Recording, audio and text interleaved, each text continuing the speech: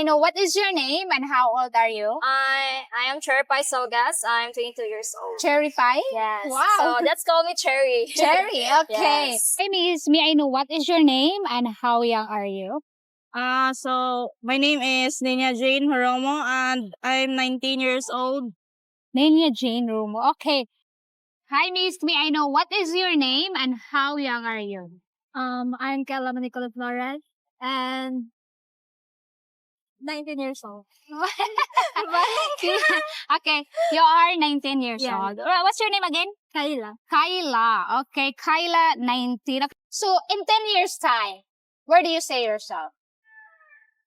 I am professionally Yes. teacher. A teacher. Yes. Congratulations. Okay. Yes. So, for example, your boyfriend Han, stinky feet. Okay. What do you He's- think? Yeah, like he had if he remove his shoes, the feet will bald, stink. yeah. Yes, like that. And then he visit your house, and then your parents looking where the things come from. How can you address that issue that without your boyfriend being embarrassed? I'm dropped to my family. Like there is a rat died here. So we find out where's the rat died. But siya ma-offend, mom. So your boyfriend won't get offended. Yes. You should talk to my parents. Where's the rat died here? So we can but siya ma-offend, mom. Yes. Okay. My question is, are Filipinas, okay, ready for casual relationship and fling? Pwede din Bisaya. Binocular. So sa Pilipinas is pwede naman ata siya fling-fling lang kay It's okay to have a fling-fling relationship. yeah. If Why? you're not in relationship, If you're not in a relationship, Yeah. okay. then ano tayo line? Yung question? Yeah, it's like casual relationship and fling.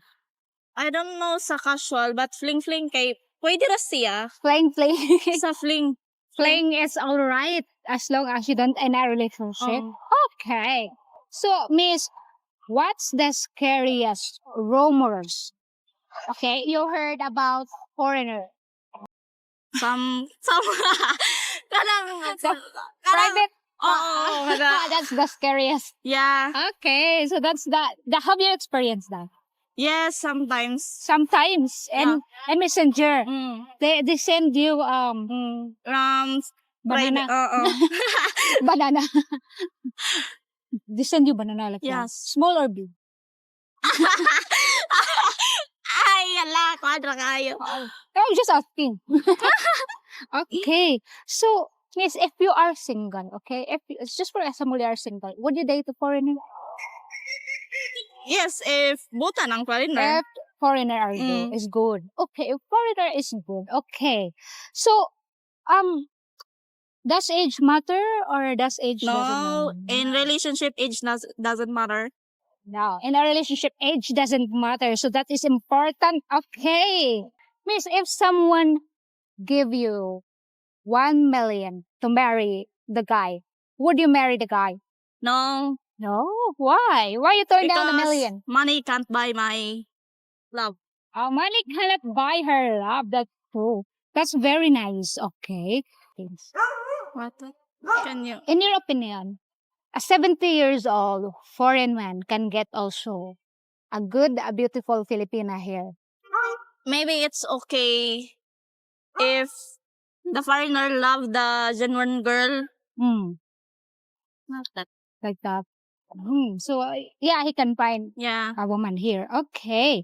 So, Miss, if you go out dating, would you wear sexy clothes or casual? Sometimes. Sometimes. Yes. Sometimes what? Sometimes no clothes? Sometimes, I know. Okay. Sometimes I wear sexy clothes, but sometimes I Wear like casual. baggy.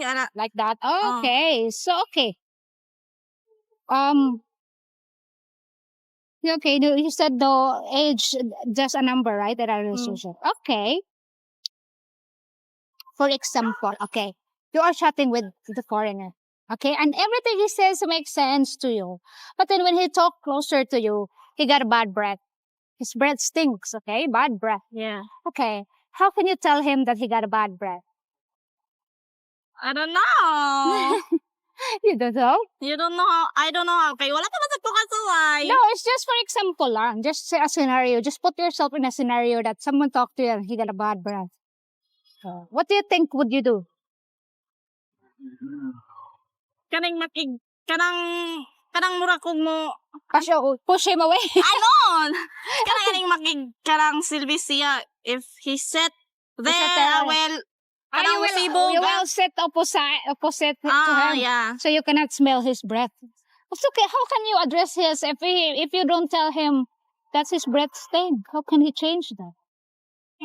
Would you date him or would you stop dating him?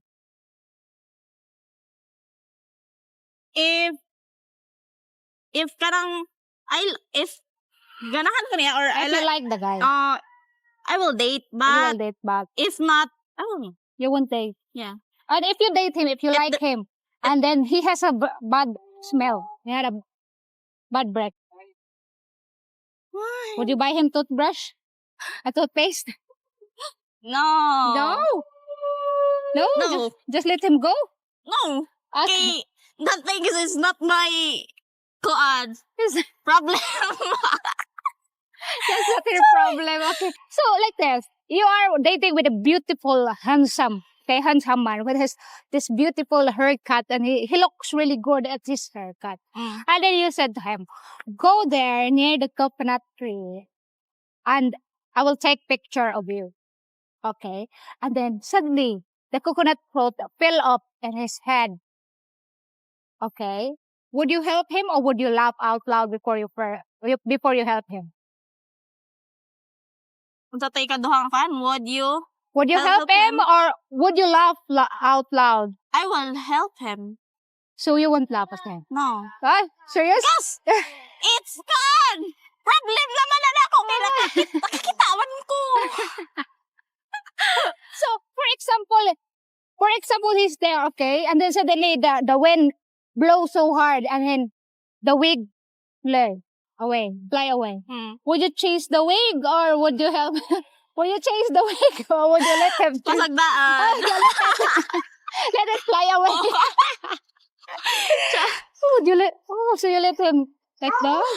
It's not my problem. That's problem. Okay, for example, your boyfriend visit your family. Okay? And then because you're Filipino, take off all the shoes, okay? Before you enter the house, and he took off his shoes. And then he got this bad, stinky feet. What will you do? You know, you can see that your parents looking, where is the stinky things in here in this house? And they found out that his shoes stinks.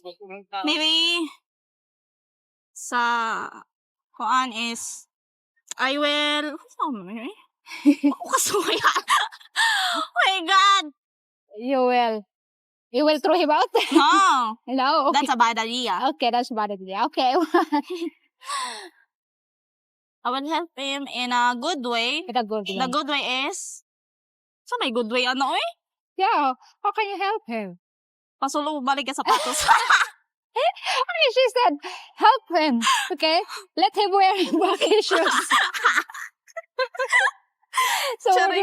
So you let him wear baggy shoes. Mm. It's okay for you that he wear his shoes inside your house. No, papalian ko sa ako. No, I send him back home. Pabalik ko na kasi ang limpyo.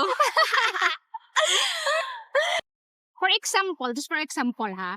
Okay, you're chatting a foreigner online and he's planning to come here in the Philippines. Would you meet him in the airport or no? Maybe yes. Maybe yes. Maybe yes. Maybe not. Yeah. Maybe yes. Okay. For example, your foreign boyfriend got sick while he's here in the Philippines, and he don't know where to get his medicines, and you know what kind of medicine he need to get here in the Philippines. Would you look after him until he, of course, feel better? Would you look after him until he Yeah. feels better? Mm. Would you massage him? Yes. Cook his food? Wow, very nice. Okay. Like for example, okay, your boyfriend went to your house and with your parents. Okay, so because we are Filipino, we prepare a lot of foods, right? If we have visitor. Okay, and then your father make a joke. And the foreigner laughed hard. Okay? And the denture fell off. Nahulog dito sa sabaw. It fell off into the chicken stew. Okay? Would you fishing it? Would you get the denture and give it to him or just let him do it on his own? Just let him do it.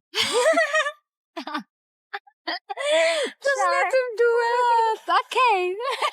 How about if you and your boyfriend went to the beach, okay, and he has this beautiful hair, fresh cut and beautiful hair, and you told him, "Can you go there under the coconut tree?